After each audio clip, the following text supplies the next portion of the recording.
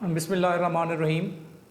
Dear students, आज हम discuss करेंगे electromotive force and potential difference.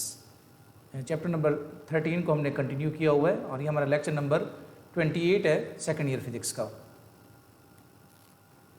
Ji, electromotive force and potential difference. Electromotive force EMF basically ये force नहीं है, आगे हम इसको देखेंगे तो आपको पता चलेगा कि ये क्या चीज़ है। जी, तो ये हमने एक सिंपल सा सर्किट लिया है जिसमें ये बैटरी, इसमें मैंने आपको बताया था कि कैसे केमिकल रिएक्शन के थ्रू एनर्जी रिलीज़ होती है। ठीक है, तो यहाँ से जो आप EMF है ये बेसिकली वोल्टेज है जो ये बैटरी जो है ना, जो एनर्जी सप्लाई करेगी पर यूनिट चार्ज, उसको आप EMF का नाम देंगे। और यहाँ पे जो वोल्टेज ड्रॉप होगा वो V कहलाएगा। इस रजिस्टर, ये रजिस्टर कोई भी चीज़, कोई बल्ब हो सकता है, कोई फ़ैन वगैरह हो सकता है। ये एक सिंपल सा सर्किट ली है। यहाँ से ये मैंने जो लाइंस आपको यहाँ पे मार्क की हुई हैं इसको हम देखेंगे। The cell continuously supplies energy which is dissipated in the resistance of the circuit. इसका मतलब है ये कंटिन्यूसली जो है यहाँ से एनर्जी ये सप्लाई करेगा बैटरी, और यूटिलाइज कहाँ पे होगी? इस रजिस्टर के अंदर। So simple. अब suppose we when a steady current has been established in the circuit, a charge delta Q passes through any cross section of the circuit in time delta t. During the course of the motion, this charge enters the cell at its low potential and leaves at its high potential end. Suppose कर लें, आपको छोटा सा portion ले लें charge का delta Q जो इस सर्किट के अंदर फ्लो कर रहा है। सपोज कर लें ये चार्ज यहाँ से आता हुआ जब यहाँ पे पहुँचता है, तो अब ये लो पोटेंशियल, ये नेगेटिव पोटेंशियल से पॉजिटिव पोटेंशियल की तरफ जाएगा। तो इसका मतलब क्या होगा? लो से हाई की तरफ जाते हुए जो डेल्टा Q चार्ज है आपको एनर्जी देनी होगी। वो एनर्जी कौन प्रोवाइड करेगा? बैटरी प्रोवाइड करेगी। बैटरी एनर्जी प्रोवाइड करेगी तो वो लो से हाई पोटेंशियल की तरफ जाएगा। वर्क करवाना पड़ेगा बैटरी को, लो से हाई पोटेंशियल। जैसे आप कम हाइट से ज़्यादा हाइट की तरफ जाएँ तो आपको वर्क करवाना पड़ता है, उसके बगैर मैस ऊपर नहीं जाता। इसी तरीके से लो पोटेंशियल से हाई पोटेंशियल की तरफ जाते हुए उस डेल्टा Q चार्ज को वर्क करना पड़ेगा। और ये वर्क किसने प्रोवाइड करना है? एनर्जी किसने प्रोवाइड करनी है? बैटरी ने। तो यहीं से हम डेफिनेशन लेते हैं EMF की। The energy supplied to the unit charge by the cell.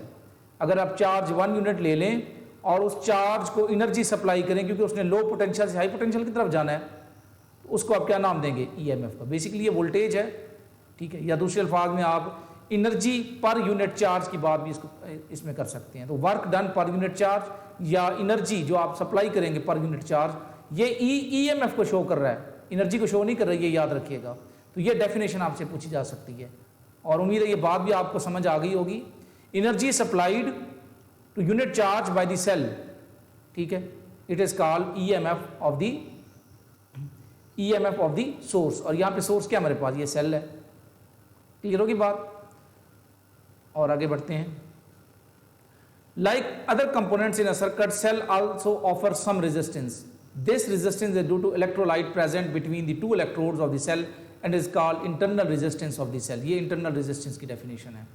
मसलन वही वाला जो सर्किट पिछली स्लाइड के अंदर मौजूद है, ये वाला, इसको मैंने यहाँ पे ना इसको जूम करके ओपन किया है।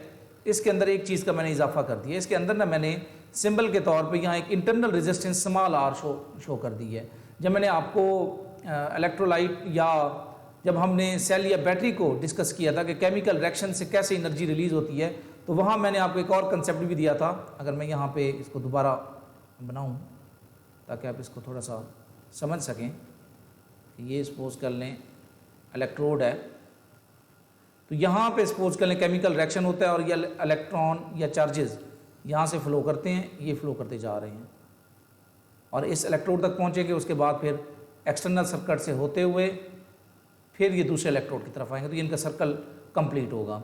अब यहाँ पे क्योंकि ये सोल्यूशन मौजूद है, इलेक्ट्रोलाइट मौजूद है, तो उसके जो मॉलिक्यूल्स होंगे, ठीक है, उनकी यानी इलेक्ट्रोलाइट के अंदर जो रेजिस्टेंस मौजूद होगी उसको हम इंटरनल रेजिस्टेंस का नाम देंगे और इसको हम स्मॉल r के साथ शो करते हैं, ठीक है। तो इसका मतलब है यहाँ पे भी जो है ना वो रेजिस्टेंस ऑफर होगी उन चार्जेस के लिए जिन्होंने फ्लो करके जाना है इस इलेक्ट्रोड तक, इसको हम इंटरनल रेजिस्टेंस का नाम देंगे। तो अब आपको ये कहानी यहाँ से इजीली समझ आ गई होगी कि सपोज कर लें इस सर्किट से आप ये कहानी इजीली अंडरस्टैंड कर सकते हैं।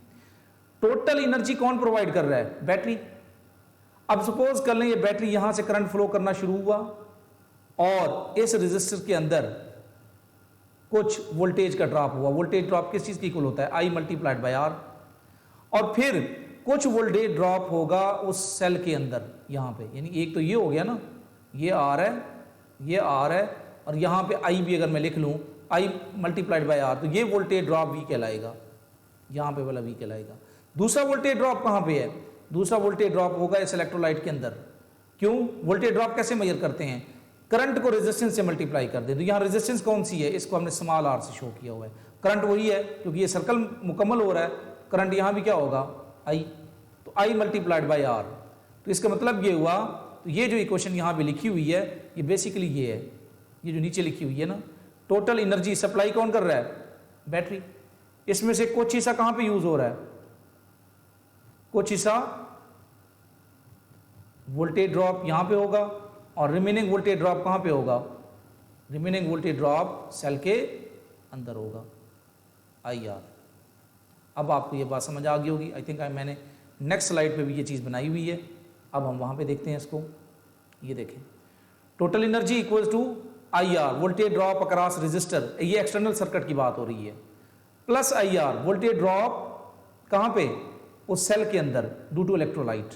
तो यहाँ से अगर मैं इस IR को हम नाम देते हैं V का, which is voltage drop across the terminals of the cell, ये जो एक्सटर्नल रेजिस्टेंस आपके पास मौजूद थी उसमें जो वोल्टेज ड्रॉप होगा, सपोज कर लें इसकी वैल्यू 10 है, 8 यहाँ पे होता है तो 2 यहाँ पे होगा। V को अगर यहाँ से अलग करें तो V की क्वेश्चन क्या बन जाएगी? E minus IR, E minus IR। ये वोल्टेज ड्रॉप की क्वेश्चन भी यहाँ से निकाल सकते हैं। इसमें ये जो दो हैं यहाँ पे एनर्जी ने डेसिपेट होना है, यूटिलाइज होना है, और ये क्या है? ये एनर्जी सप्लायर है। सो सिंपल। अब आपको ये इसी क्वेश्चन की समझ आ गई होगी और ये सर्किट की भी समझ आ गई होगी, ठीक है। तो इसलिए सिंबल के तौर पे ये, क्योंकि अंदर हम यहाँ नहीं बना सकते, हम इंटरनल रेजिस्टेंस यहाँ बाहर शो कर देते हैं, ठीक है। ये है बेसिकली इसके अंदर, तो इसका सिंबल जो है ना इस फॉर्मेट में हम बना देते हैं। तो उम्मीद है ये बात आपको समझ आ गई होगी। मैक्सिमम पावर आउटपुट, हम मैक्सिमम पावर आउटपुट जो है ना, जो कब डिलीवर होगी, पावर का सिंपल फार्मूला क्या होता है? V multiplied by I। और अगर आप इसको V और I की बजाय इस फॉर्मेट में लिखें I स्क्वायर R, क्योंकि V की जगह सिंपल आप IR पुट करें तो आपके पास इक्वेशन क्या बन जाएगा? I square R। और I जो है ना वो किस चीज़ की इक्वल होता है? हमने इक्वेशन ऑलरेडी ये निकाली हुई है, ये वाली। यहाँ से I को अलग करें जो किस चीज़ की इक्वल होगा? टोटल वोल्टेज जो कि सप्लाई हो रही है, टोटल रेजिस्टेंस। टोटल रेजिस्टेंस कितनी होगी? इंटरनल प्लस एक्सटर्नल, ये टोटल रेजिस्टेंस आ गया। टोटल वोल्टेज जो सप्लाई हो रही है वो क्या है? EMF of the battery. Suppose कर लीजिए 10 वोल्ट है, यहाँ 10 आएगा। टोटल रेजिस्टेंस मीन ये 2 है और ये 8 है, 8 जमा 2 ये भी 10। सपोज कर लें तो total voltage divided by total resistance. तो ये आपने इसमें ना कंफ्यूज नहीं होना, ये क्वेश्चन कैसे आई है जी। तो ये I की क्वेश्चन आ गई। अब यहाँ पे देखें, इधर देखें कि ये जो आपके पास I स्क्वायर R है, ये पावर डेसिपेशन है। कहाँ पे? रेजिस्टर के अक्रॉस। यहाँ पे जो भी चीज़ होगी, यहाँ पावर डेसिपेशन जो है या पावर डिलीवर जो सर्किट करेगा वो किस चीज़ पे डिपेंड कर रहा है? I पे और R पे, इस फार्मूले पे। अब I का यहाँ स्क्वायर है तो इस पूरी टर्म का स्क्वायर ले लें और ये R एज इट इज़ यहाँ पे आ गया। अब यहाँ से ये जो चेंज हुआ है इसमें ये बहुत आसान है, ये मैं आपको यहाँ फार्मूला लिख देता हूँ। ये आपने मैट्रिक के अंदर भी, मैथमेटिक्स के अंदर ये फार्मूला किया हुआ है।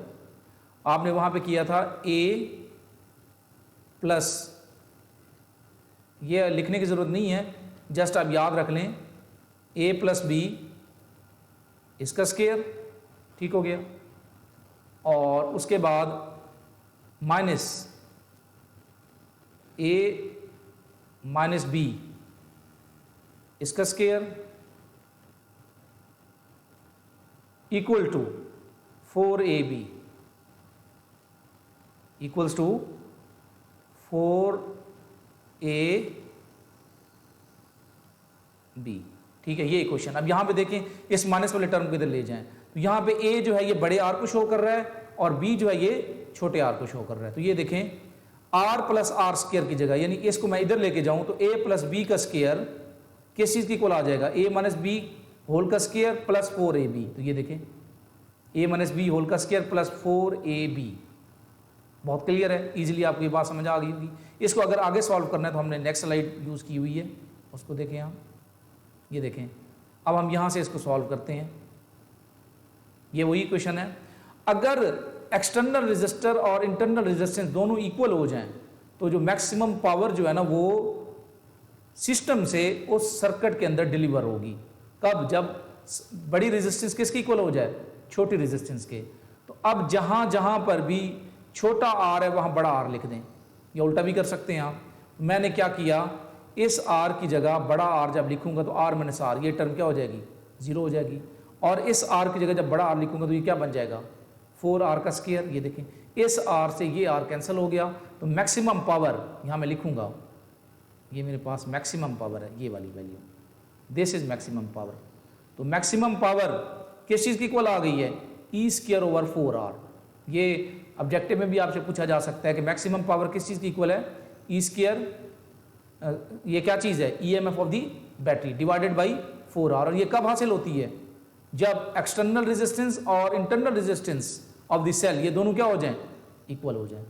तो ये आपसे शॉर्ट क्वेश्चन में पूछा जा सकता है कि आप मैक्सिमम पावर जो है ना ये डिलीवर कैसे होगी, उसके लिए आप यहाँ से स्टार्ट करेंगे। Simple power V I, V की जगह आप ये वाली क्वेश्चन पुट करेंगे आई स्क्वायर आर, और फिर आई किस चीज़ की इक्वल है? Total EMF divided by total resistance, इसका स्क्वायर ले लें तो ये क्वेश्चन बन गई।